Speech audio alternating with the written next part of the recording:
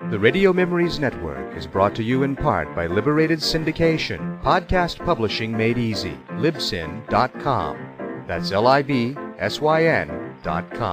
Welcome, old-time radio lovers, to the Boxcars711 Old-Time Radio Pod. I am Bob Camarillo, your host, and for the next hour or so, your guide, as we travel back in time, back before TV was, to the golden age of radio.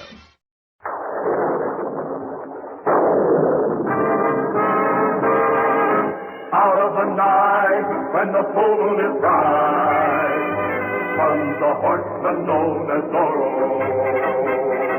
His horse and a gay starts the sea with his flame, a Z that stands for Zorro. Zorro, the fox so cunning and free. Zorro, who makes the sign of the Z.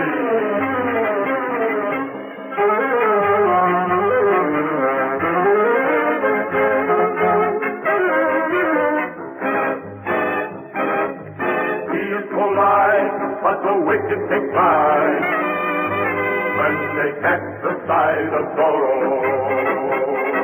He's friend of the weak and the poor and the meek. This very unique Senor Zorro. Zorro, the fox so cunning and free. Zorro,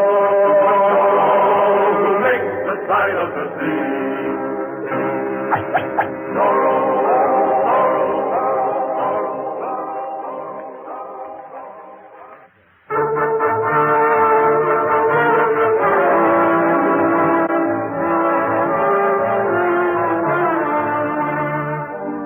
Torres remained in the church, protected by the law of sanctuary. But the Comandante, Monasterio, was determined to make Torres his prisoner. And to do this, he had to lure Torres out of the church where he could be captured. Monasterio devised a clever plan, and I was visiting the mission when the Comandante arrived. Buenos dias, Padre. Buenos dias. Senor de la Vega. Buenos dias. I suppose you returned with a new scheme to break the law of sanctuary? Not at all. I've returned to protect church property and your lives. Against what? Against a surprise attack by hostile Indians. Oh, there are no hostile Indians here. They are all my children. You think so? One of the Indians has confessed to me that his people are planning to burn the mission and kill you. That is impossible. Why, they love Padre Felipe. They have planned revenge for a long time. They mean to strike under cover of darkness. I have no choice but to put this mission under martial law. A shabby trick, Capitan Monasterio. On the contrary, I am performing my duty. You are beloved by all the people.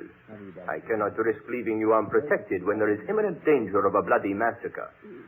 Padre, I formally declare this mission to be under my personal military command. Now, if you please, I shall select a private room for my headquarters. Sergeant Garcia, bring 2 guards and come with me. Come, this way. Don Diego, it is quite obvious what the Comandante has in mind. Unable to get Don Nacho any other way, he now invents a false Indian uprising as an excuse to take over the mission. But as long as Don Nacho remains in the church, he is protected by sanctuary. True, but Monasterio will keep him in there. How long can Don Nacho live without food or water? Plainly, this was a situation to be handled by Zorro. That night, I donned my mask and cloak and successfully eluded the guards to deliver food and water to the grateful Don Nacho. Capitan Monasterio had surrounded the mission with his lancers, and only by trickery could we free Don Nacho from the evil grasp of the Comandante. So, it was trickery we used. With the help of my trusted servant, Bernardo, I laid a careful plan. Then, next day, I rode in my carriage to the mission.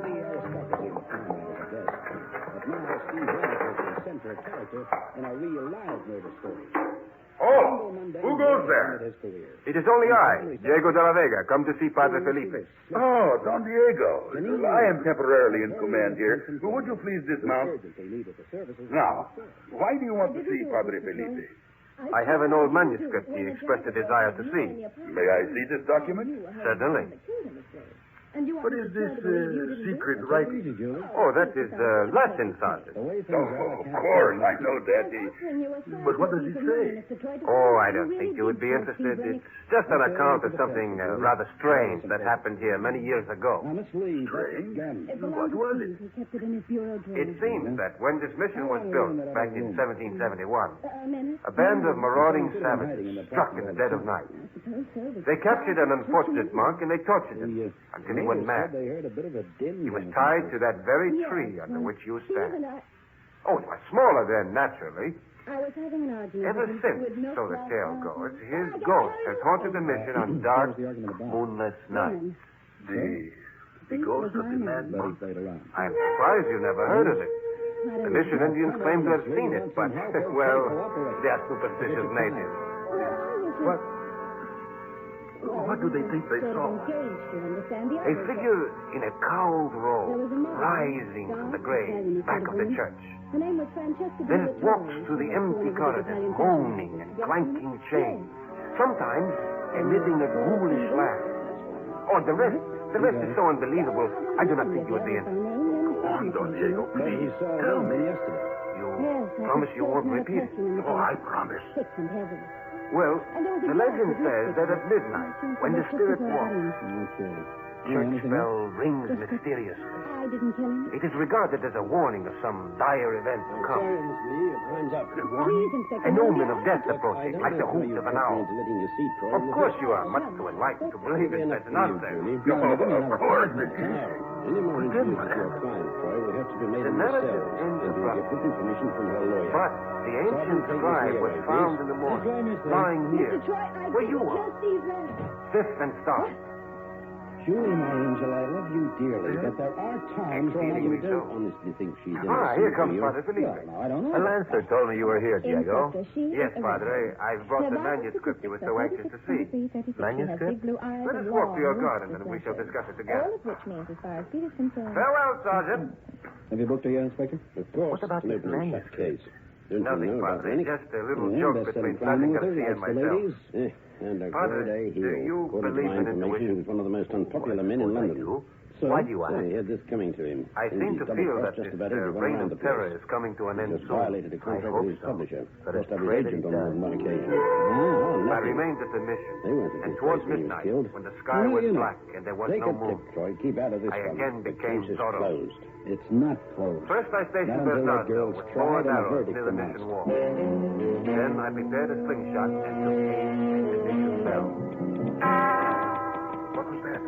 Who rang the bell? Corporal, did you? Can I help you? You, Private, did you? Mr. Troy, please. My Who is name's ringing Mr. the Morgan. bell? I'm the It director cannot of the ring by Morgan itself. Publishing Company. Oh. What's the meaning Don't of be this? so startled. What does the bell mean? I am trying to find out, Frankly, Captain. I can't visualize you sitting behind a company director's desk. That's unfortunate. Over there, by the cemetery. But may I see Don't Mr. see what Troy? he It's about the Rennick case. We were his Officer publishers. should lead, sir. Oh. We will go together. Yes, of course. Excuse me, ma'am. Oh, it's a ghost. He's a Miss Morgan. What ghost? The ghost of the mad monk. Bah, ghosts and phantoms do not exist. Well, take or You remain may go your in now, guard. Miss Morgan. Sergeant Garcia Thank and I you. will find out who this ghost really is. Good morning, Mr. Troy. Good morning, Miss Morgan. Please sit down. Thank No you. ghost, that is... No, my secretary said... I'm here to discuss the Steve Rennick case, Mr. Troy. Oh? We published his novels, you know. We're very sorry to hear of his death. I'll bet you were. The story was not true. I beg your pardon. Oh, forgive me, Miss Morgan. I've been a private investigator a long time. It makes you cynical, you know? I don't understand. I'm investigating the case on behalf of Miss Janine Lee. Yes, I know that. I've been making a lot of inquiries. And I heard that Steve Rennick was about to drop the Morgan Publishing Company, so? which means you'd have lost the residual rights to his novels. That would have meant a loss of about £250,000 to the Morgan Publishing Company over the years. When my father founded this company, Mr. Troy... It was nothing. It still is nothing without Steve Rennick's novels. £250,000, Miss Morgan. Makes you think, doesn't it? Of what? Of motive for murder. Janine Lee killed Steve. No, I'm not saying he didn't deserve to die, and I'm not saying she didn't have a motive. And what are you saying? Steve's dead, and she killed him. Let the matter rest there. Don't go digging around for any other motives, Mr. Troy. None exist. Well, now, I'd like proof of that. The police are satisfied. You should be, too. And if I'm not? Do you take a delight in courting trouble, Mr. Troy? Oh. Now, that sounds like a Deo threat to me. Well, I'll unveil it. Forget about Steve Rennick's death, Mr. Troy. Forget your investigations. There's 300 pounds here in my bag for you. If you do just that. And if I don't? There's trouble. Now, about that 300 pounds. Lady, please, just one client at a time, huh? You're going to be sorry. So very sorry. Such a shame. Attractive men like you don't grow on trees. You say the sweetest things in between threats.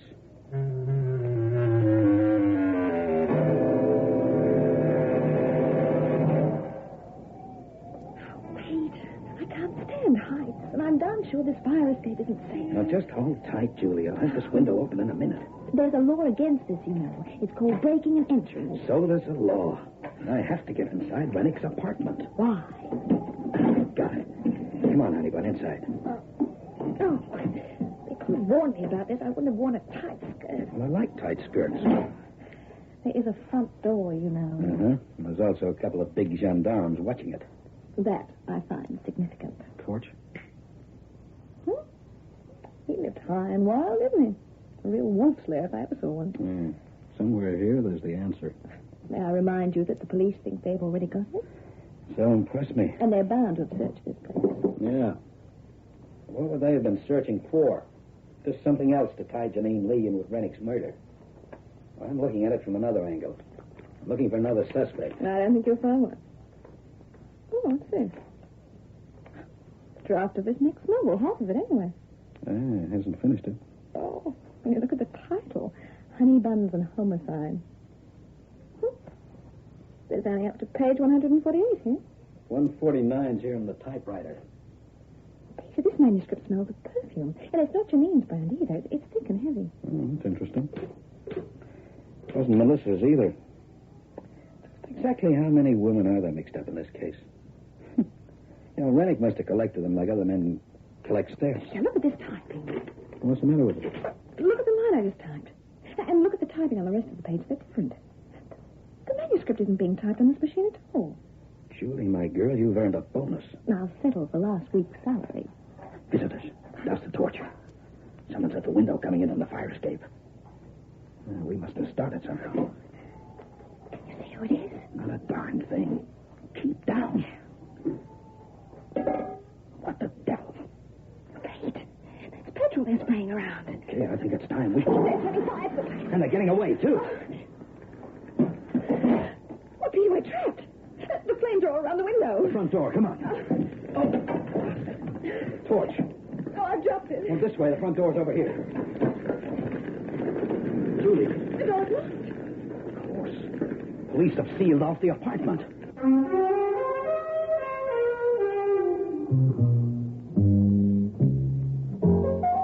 You can be certain of one thing. This definitely wasn't Be Kind to Peter Troy week. Maybe that intruder knew we were there, maybe he didn't. Either way, it didn't make much difference.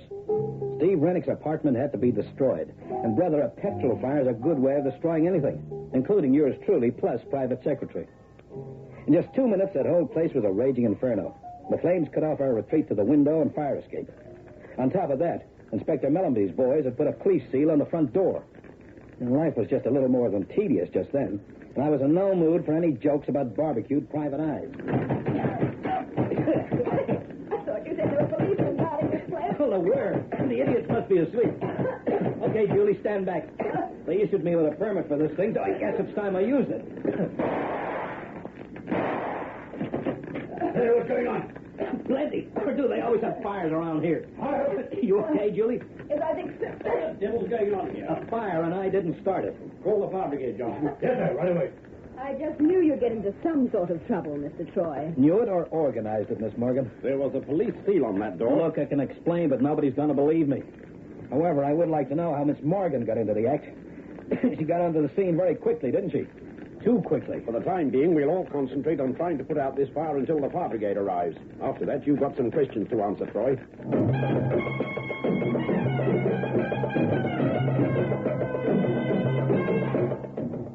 You expect me to believe a cock and bull story like that, Troy? Yes. It happens to be the truth. This intruder of yours, was it male or female? I couldn't tell. The room was in darkness. Anyway, they didn't actually come into the room, Inspector. Just shoved up the window and poured petrol over the carpet. Well, I don't think there was any intruder. I think this is all a figment of their very fertile imagination. Now, don't you start. I'd still like to know what you were doing on the scene, Miss Morgan. She was with me, Troy. She'd requested permission to get Rennick's half-finished manuscript. Honey Buns and Homicide. What's that? Well, that was the title of it. Just a minute. Oh, something wrong? I don't know. Just a minute. Yes, listen to this. This is a copy of Janine Lee's statement after we arrested her. Steve Rennick's last words were, "Too late, honey buns and homicide, baby.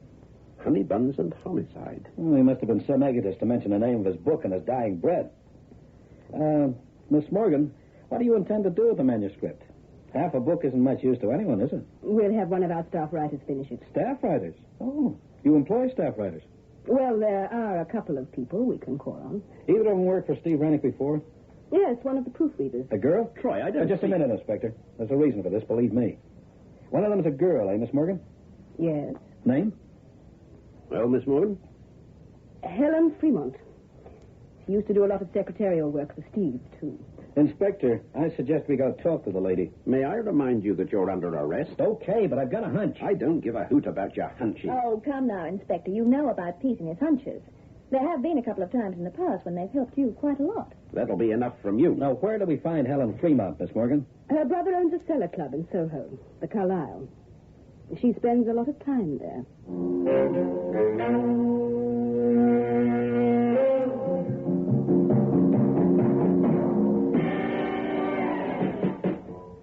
I'm sorry, Mr. Troy. We don't open till 6. I'm not a customer, Mr. Fremont. I just wanted to have a chat with your sister. Helen is here, isn't she? Who wants to know? Peter, Troy. Just tell her it's about Janine Lee and Steve Rennick. She'll understand. Now, look. Tell her. I'll be watching you, Troy. You do that.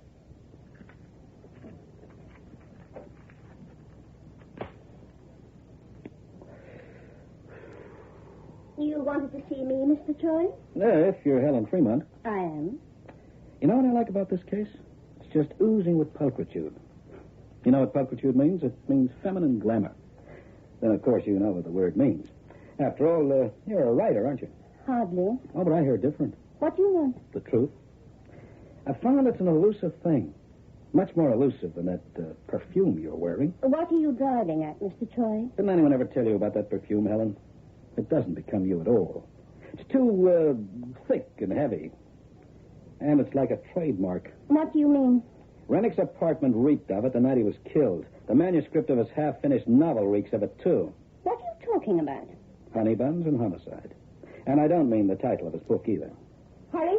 Trouble? I think there's going to be. You'd better tell that fella to keep away from me. I don't like his face.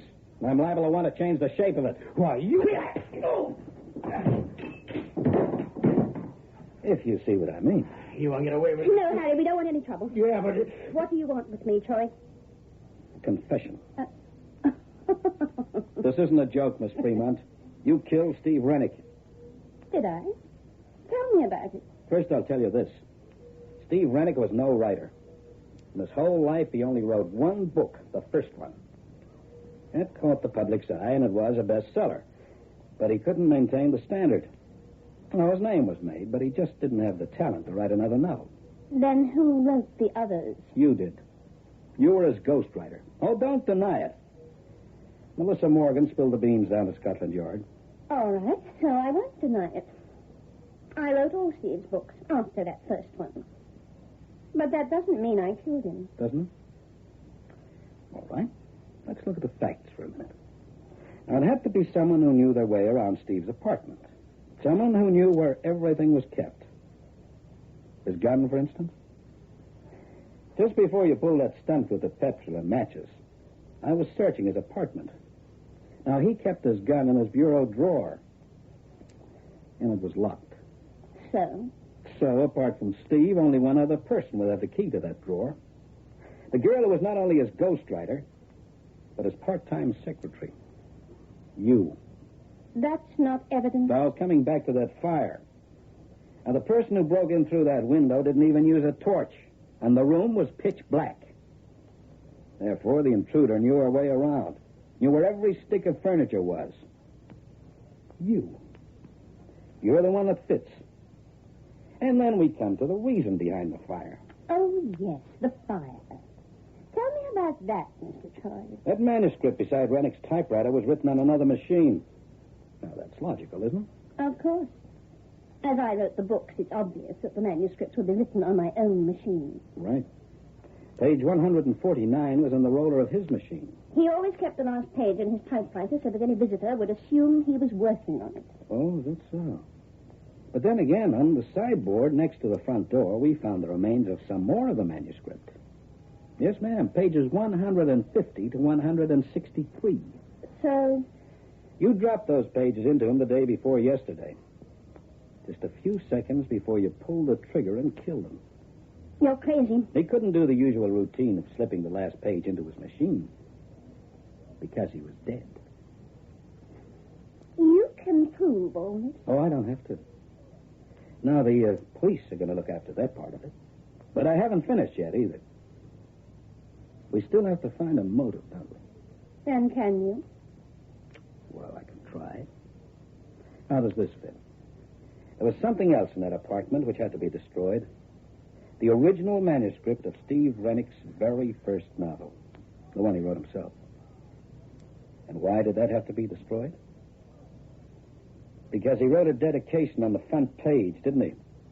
It read, "For Helen, my devoted wife." And that's you, isn't it? No. You're making a mistake. That's why you tolerated him stealing all your glory. You had to do it. His publishers wanted it that way, didn't they? And they still want it that way. Because by now, Steve Rennick's name sells his novels just as much as their plot lines. But you'd had enough of them, hadn't you? You don't know what it was like. No one could know. Janine Lee? That was the one he was falling in love with. The others didn't count. They were nothing. But Janine Lee. Yes, I killed Steve, and I'd do it again. Okay, Troy. So now you've got the story. I sure have, Buster. But you're not going to live to repeat any of what you just found out. Troy, don't be a fool. Put away that Out of the way, Helen. Steve got everything he deserved. And now this nosy Drop that gun, Fremont. Why, you... Police, drop that gun.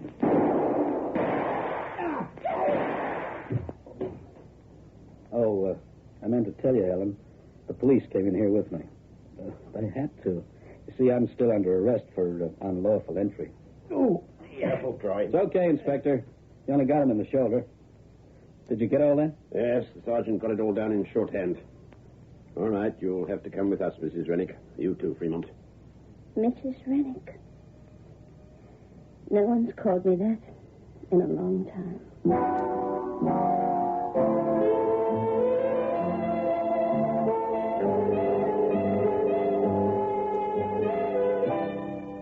Just to tie up the ends for you, Helen was in Steve's apartment all the time. All the time Janine was there anyway. She heard the row, every word of it. And that was the final straw. She'd already taken his gun, so the thought of killing him wasn't a new one.